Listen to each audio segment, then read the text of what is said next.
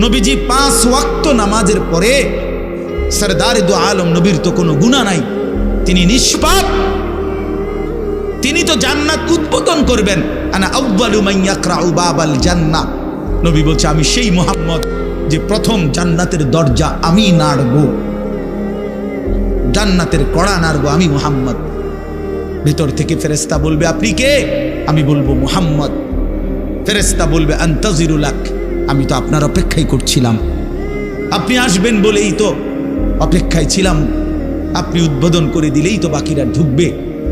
তো সেই নবী যিনি জান্নাত উদ্বোধন করবেন, তিনি 5 ওয়াক্ত নামাজের পরে ভাইয়া প্রতিদিন তিনি যেই কথাটা দোয়া করতেন, এর মধ্যে একটা দোয়া এটা, আল্লাহুম্মা ইন্নী আউযু বিকা মিন আযাবিল কবর ওয়া মিন ফিতনাতিল কবর ওয়া মিন ফিতনাতিল মাসীহিদ দাজ্জাল ওয়া মিন ফিতনাতিল মাহইয়া ওয়াল মামাত। আল্লাহ আমি কবরের আযাব থেকে পানাহ চাই। নবীজি নিজে বলতেন। প্রিয় ভাই, বাবা আমার, চলেন সবাই নিয়ত করি, নিজেকে গুনাহ থেকে বাঁচানো দরকার।